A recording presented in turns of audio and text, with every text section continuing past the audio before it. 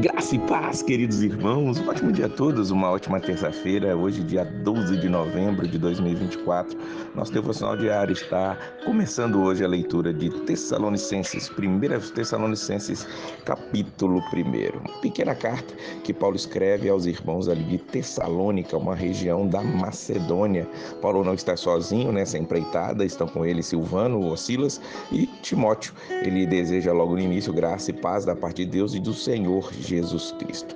É interessante que Paulo vai logo dizer para aqueles irmãos que está orando por eles no versículo 2 e se lembra continuamente deles, pois eles têm evidenciado a escolha que Deus fez deles. Diz o versículo número 4, sabemos, irmãos amados de Deus, que ele os escolheu. E por que os escolheu? Os versículos 5 e 6 vão mostrar isso. Por quê? Porque o evangelho não chegou somente em palavra, mas também com poder, no Espírito Santo, com plena convicção.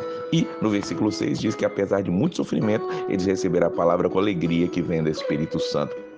A evidência da escolha, a evidência da eleição de Deus está nessa convicção, está em que a palavra chega não simplesmente como algo intelectual, mas algo de transformação na vida daquelas pessoas. E essa transformação com certeza vai atrair perseguições, lutas, sofrimento, e eles recebem com alegria mesmo em meio a isso. E tudo isso também é evidenciado na fé, na esperança e no amor, aquele tripé que Paulo ele deixa muito claro lá em 1 Coríntios capítulo 13, versículo de número 13, ele fala que aqueles irmãos estão vivendo isso, eles estão demonstrando isso, diz o versículo de número 3, e tudo isso qualificado. Ele diz que a fé daqueles irmãos, ela é resultante de um trabalho que eles estão ali efetivando. Ele diz que o amor daqueles irmãos, ele é feito com esforço, o esforço que é motivado pelo amor.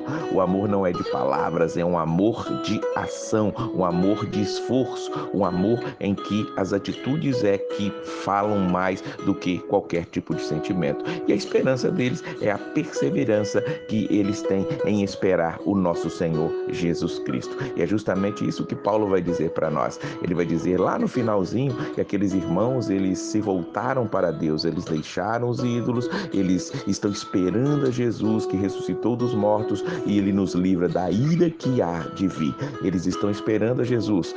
Paulo, em cada final de capítulo desta carta, vai falar alguma coisa acerca da volta de Jesus Cristo. E 2 Tessalonicenses também vai seguir mais ou menos essa linha.